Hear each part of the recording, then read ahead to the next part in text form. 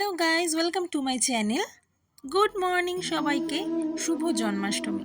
শুভ জন্মাষ্টমী উপলক্ষে আমাদের বাড়িটা খুব সুন্দরভাবে সাজানো হয়েছে। এই যে গাঁদা ফুল দেখতে পাচ্ছ, এগুলো সমস্ত আগের দিন রাত্রিবেলাতে এনে রাখা।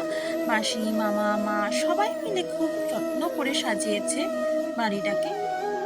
তোমরা জাস্ট দেখো, বাচ্চারা সবাই চলে এসছে। দেখো, একজন হাই করছে, মাসি ভিডিও করছে, একজন পাউটো করতে বাধা রাখেনি।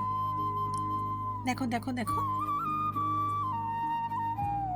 এই তো আমার মা ঘন্টাও বাজাচ্ছে। আমি কি করছি? এই তো আমি চলে এসেছি। আমি দেখো ফলের রস দিয়ে ফার্স্টে অভিষেক করালাম, তারপর দুধ দিয়ে স্নান করানো হচ্ছে রাধারানী এবং বাকি বিহারীজি এবং কালাচাঁদ। তোমরা যে যে নামই ডাকতে পারো, সবই তো এক, সব নামই ডাকতে পারবে। আমি দেখো স্নান করাচ্ছি। একটা অদ্ভুত শান্তি পাওয়া যায় যখন আমি স্নান করাচ্ছিলাম। একটা মনের মধ্যে না একটা অদ্ভুত একটা অনুভূতি হচ্ছিল। এই দেখো, স্নান যাত্রার পরে ঠাকুরমশাই চলে এসেছেন, পুজোয় বসে পড়েছেন। দেখো কত সুন্দরভাবে সাজানো হয়েছে না?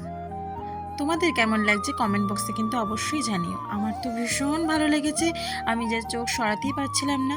জানি না তোমরা লক্ষ্য করেছো কি না, এখানে একটা তুলসীর মালা জাস্ট গাঁথা হয়েছে। আমি সেই মালাটা রাত্রিবেলা আমি, মাসি, মায়ে তিনজন মিলে গেঁথেছিলাম। তখন বুঝতে পারছিলাম যে কতটা কষ্ট লাগছিল, কতটা কষ্ট হচ্ছিল একটা মানে নর্মাল পাতাকে ওরকমভাবে ভালোভাবে গাঁথতে। মালা পাইনি, তাই জন্য আমরা ওরকমভাবে গেঁথেছিলাম। Just living topic.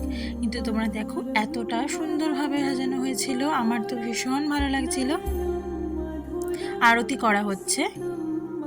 রাধারানী আর কালাচাঁদের মুখের দিকে আমি জাস্ট তাকিয়ে না নিজের মুখ মানে আমি জাস্ট এক্সপ্রেস করতে পারবো না যে কত ভালো ছিল। কীর্তনের দলও চলে এসছে, বিকালবেলাতে আমাদের কীর্তন হয়েছিল, তো সেই দলও চলে এসেছিলো। তোমরা জাস্ট দেখো।